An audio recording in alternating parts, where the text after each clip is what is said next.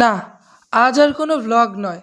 আজ আমি তোমাদেরকে দেখাবো আমার মাটির কাজ, যেগুলো আমি ছোটোবেলা থেকে করে আসছি। দেখো, প্রথমে এই গোপালটা, এটা আমি তখন প্রথম আমার মাটির কাজে আমি বানিয়েছিলাম, ভীষণ ছোট ছিলাম। আর এই লোকনাথ বাবাটা আমি বানিয়েছিলাম যখন আমার বাবা অসুস্থ ছিল, তখন পুজো করেছিলাম, সত্যি ফল পেয়েছিলাম। আর এটা দেখো, রয়েছে হচ্ছে শিব এবং পার্বতী। জানি ভালো হয়নি, কিন্তু ছোটোবেলায় চেষ্টা করেছিলাম। আর এই মা কালীটাও প্রায় 2-3 বছর হয়ে গেছে, প্রায় কিছুটা ভেঙে গিয়েছে।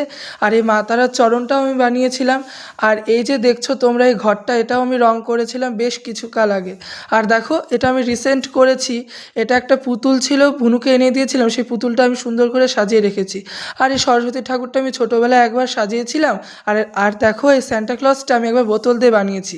আর থার্মোকল দিয়ে একবার চেষ্টা করেছিলাম একটা ব্রাইট মোটুক বানানো, কিন্তু লোকে ধরে ধরে সেটাকে নষ্টই করে ফেলেছে। আর দেখো, গাছকৌটো প্রথমবার কেমন হয়েছিল, আর দ্বিতীয়বার মাটি দিয়ে এত সুন্দর হয়েছিল, আমি নিজেই অবাক হয়ে গিয়েছিলাম। আর দেখো, এই ছবিটার ফ্রেমও আমি করেছি। কিছু কিছু ওয়াল পেন্টিংও করেছি, যেমন আমার মায়ের ঘরের এই ওয়াল পেন্টিংটা আমি করেছি, কেমন হয়েছে জানিও। আর দেখো, আমার ঘরে এই বুদ্ধদেবটা আমি এঁকেছি। জানি আমি খুব একটা ভালো পারি না, কারণ আমার কাছে বেস কালার্স নেই, কারণ আমি সেভাবে হয়তো কিনতে পারি না, তবুও যতটুকু পারি চেষ্টা করি। আর দেখো, এটা আমি ফেলেই দিয়েছিলাম, কিন্তু আমার মা এটা তুলে রেখেছে। তারপর আমি হচ্ছে এই ওয়াল হ্যাঙ্গিংটাও বানিয়েছিলাম।